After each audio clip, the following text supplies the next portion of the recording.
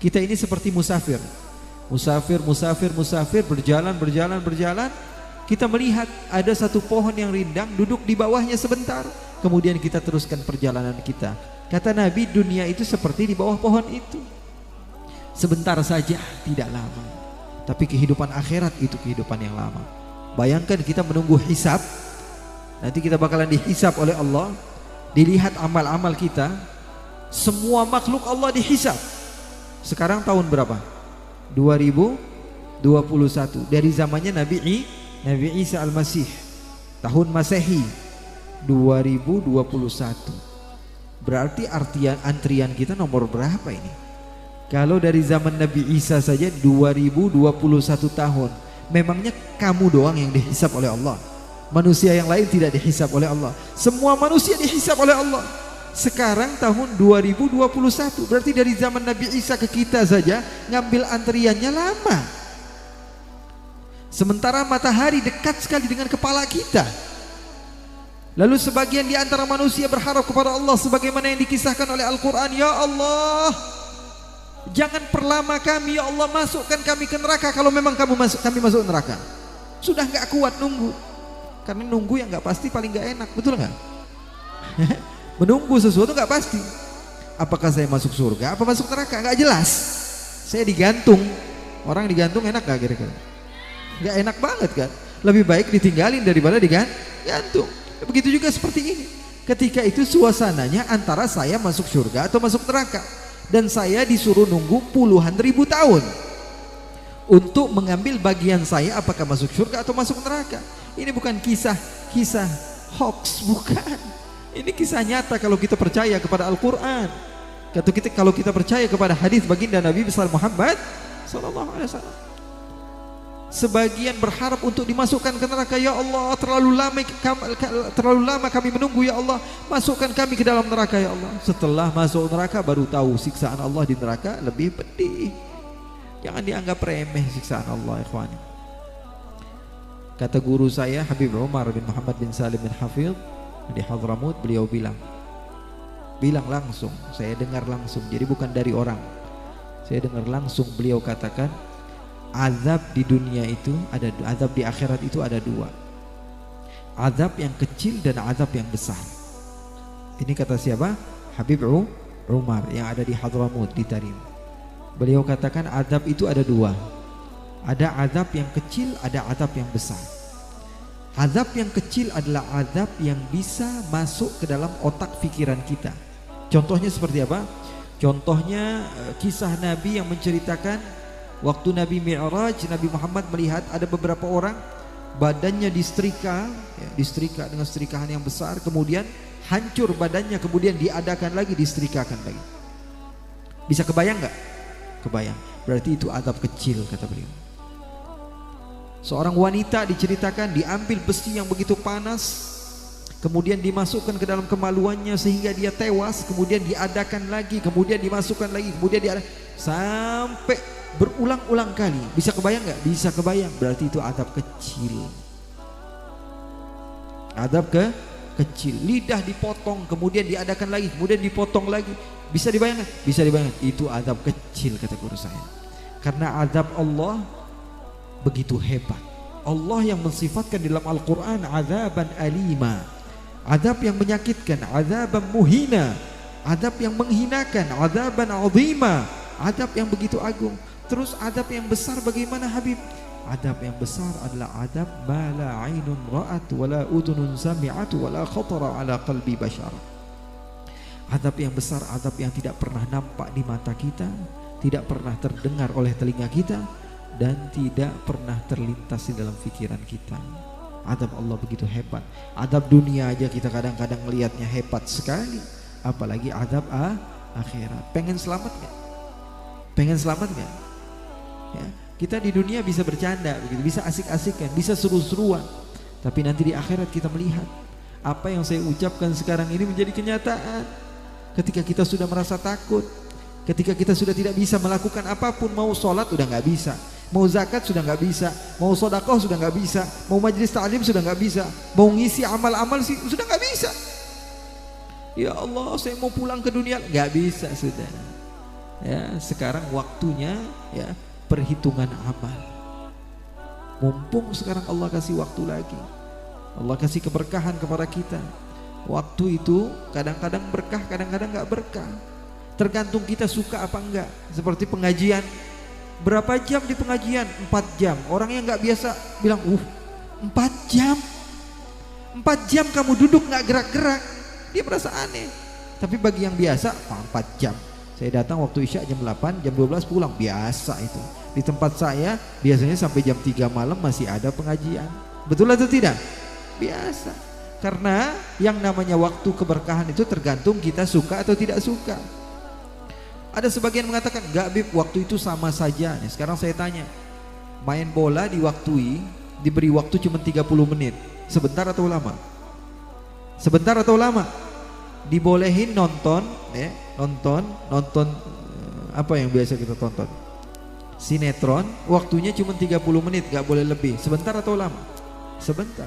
Kita masuk mall, kata bapak kita, kata ibu kita, kamu masuk mall 30 menit aja, jangan lebih. Kita bilang apa? Buat parkir mobil aja belum sempat. Buat parkir motor saja terkadang lebih dari itu. 30 menit itu waktu yang sebentar. Tapi kalau kita lagi jalan, tiba-tiba ada lampu merah, tulisannya 180, 179, 178, 177. Kita bilang, wah kurang ajar, lampu merahnya lama sekali nih. Ya. Padahal waktunya hanya 3 menit, tapi terasa lama banget. Kenapa? Karena kita nggak suka. Masuk akal nggak? Betul banget nggak? Iya. Tapi karena kalau kita suka kepada sesuatu, kita masuk mall sore, pulang-pulang udah malam. Padahal belum ngapa-ngapain. Perasaan baru jalan sedikit sama teman. Itu dia. Makanya tergantung kita suka atau tidak suka kepada sesuatu, itu yang menjadikan ya kita bisa menjadi fokus dalam ibadah. Makanya pesan saya pada malam hari ini, mudah-mudahan kita semua istiqamah ya. Mudah-mudahan kita semua istiqamah. Allah Subhanahu wa taala jadikan kita terus-menerus mencintai Allah, mencintai Rasulnya. Ayo deh, sudah deh, hidup di dunia ini gak lama. Ayo dong ya. Yang muda-muda ini gak gaul banget kalau gak taubat kepada Allah.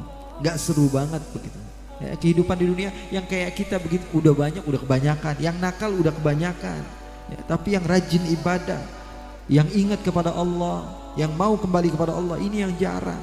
Makanya kalau bukan dengan adanya majlis-majlis seperti ini, kapan lagi kita mau kembali kepada Allah?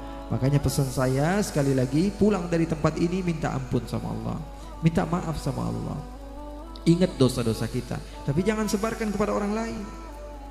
Saya paling tidak suka mendengar orang yang bilang kepada saya, Habib, saya dulunya orang jahat. Terus kamu mau bilang apa sama saya? Sekarang kamu orang baik. Kalau ada orang yang bilang sama saya dulunya jahat banget, berarti kamu sekarang baik dong. Orang yang kalau nggak duduk berarti berdiri, betul nggak? Oh saya dulu penipu, saya dulu ini, saya dulu.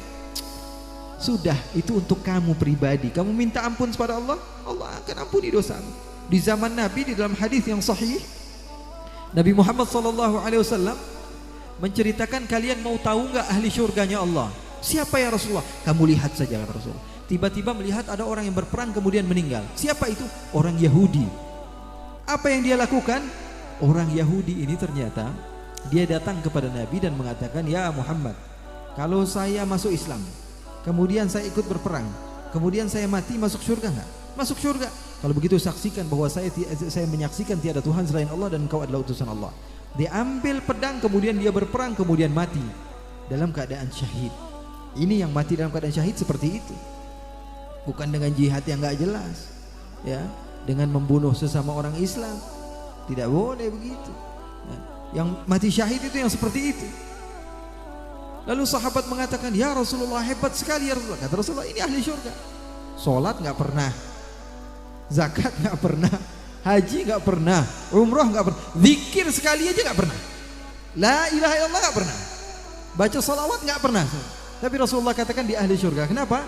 Karena akhir daripada kehidupan dia dalam keadaan husnul khatimah. Begitu caranya. Makanya pulang dari tempat ini, insya Allah kita berharap Allah wafatkan kita dalam keadaan husnul khatimah. Dan kita dikasih guru yang gak salah jalan.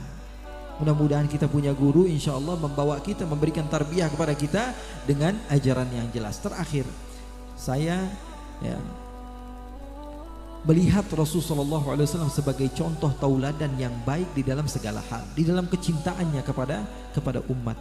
Nabi Muhammad Allah sifatkan di dalam Al-Quran, laqad ja'akum rasulun min anfusikum azizun alaihi ma'anitum harisun alaikum bil mu'minina raufur rahim. Ini jadikan pegangan sama kita. Bib, saya pengen dakwah saya diterima di semua kalangan ya Allah. Semua kalangan ya Allah. Saya berdoa kepada Allah, pengen ikuti Nabi Muhammad. Bagaimana caranya? 3 hal ini harus dipegang. Nabi Muhammad memiliki sifat harisun alaikum, azizun alaihi ma'anitum, bil mu'minina raufur rahim.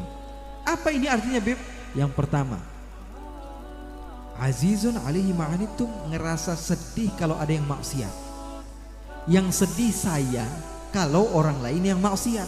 Bukan malah kita syukurin dia. Kamu sih nggak mau ikut organisasi saya, kamu sih sesat, kamu sih nggak bener, kamu sih orang yang nggak. Orang seperti ini tidak mencontoh Nabi.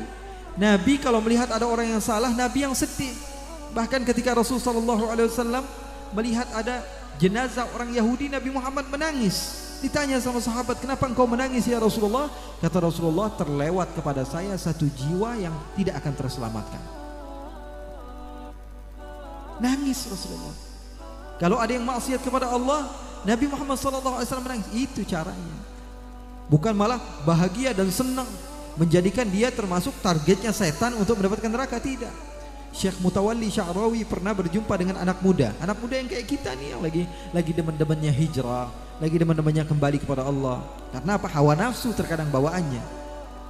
Ditanya sama Syekh Mutawalli, wahai anakku, ini di samping masjid ada klub malam, tempat orang joget-joget gak bener, tempat orang minum-minuman keras. Kira-kira gimana caranya supaya orang-orang itu tidak minum minuman keras lagi? Ini ingat, bawa ke rumah kita supaya menjadikan ajaran kepada kita. Gimana caranya? Kata anak muda ini, gampang Syekh. Terus gimana caranya? Bom aja selesai. Kalau kita ajari, terkadang mereka menolak. Kalau kita ajak baik-baik, terkadang apa? Dia tidak mau dengar. Terus gimana caranya? Bom aja selesai. Ta'udzubillah min dzalik. Kata Syekh Mutawalli Sya'rawi, loh bukannya di dalamnya ada orang Islam juga? Lalu dia katakan, iya, tapi orang Islam yang bergabung dengan orang yang enggak Islam kemudian melakukan maksiat, mereka serupa. Man tasyabbaha biqaumin fahuwa minhum. Orang yang menyerupai satu kaum berarti dia termasuk golongan orang tersebut. Terus kata Syekh Mutawalli Sya'rawi, ajaran kepada kita, mereka ini meninggalnya dalam keadaan su'ul khatimah atau husnul khatimah. Su'ul khatimah. Setan pengennya mereka masuk surga atau masuk neraka? Neraka. Terus kalau kamu bunuh pakai bom, mereka ini masuk surga atau masuk neraka? Masuk neraka, karena matinya dalam keadaan maksiat. Terus bedanya kamu sama setan apa? Bedanya kamu sama setan apa? Setan pengen dia masuk neraka, kamu membunuh mereka sehingga mereka mati dalam keadaan su'ul khatimah, masuk neraka. Berarti beda kamu sama setan apa? Gak ada bedanya sama sekali. Makanya cari guru yang jelas, ajarannya yang jelas, dakwahnya yang jelas. Makanya insya Allah para habaib, para masyayikh, para kiai insya Allah mengajarkan kepada kita untuk senantiasa mencontoh Rasulullah. Azizun alaihi ma'anittum, harisun alaikum. Bersemangat, semua orang diajak. Ini enggak, terkadang kita orang yang non muslim kita ajarkan supaya mencontoh kita, supaya mereka tertarik kepada Islam. Tapi yang beda organisasi dengan kita maki-maki, kita marahi, kita musuhi. Apalagi bulan Ramadan ini, nanti banyak ada formasi sholat tarawih, ada yang 4-4-3 ya, ada yang sholat 20 rakaat, ada yang sholat 11 rakaat, macam-macam. Kita pengen ngelihat orang-orang yang non muslim belajar kepada kita, tapi orang yang beda organisasi sama kita musuhi. Nggak boleh begitu. Agama Islam tidak mengajarkan seperti itu. Makanya apa yang kita harus lakukan? Harisun alaikum. Semua orang, oh kamu tapi caranya beda dengan saya, udah nggak apa-apa. Kita bisa ngafe bareng dengan menu yang berbeda, betul nggak? Saya bisa minum kopi, kamu minum teh, tapi di satu tempat yang sama, nggak masalah. Ayo bareng-bareng kita berjuang bersama. Kita muliakan agama Allah Subhanahu wa taala. Dan yang terakhir, bil mu'minina raufur rahim.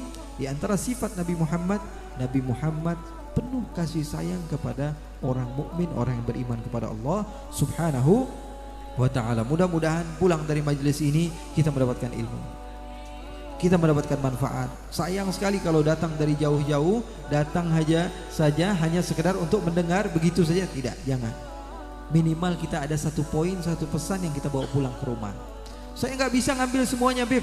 Ma la yutraku kulluh la yutraku julluh. Catat itu.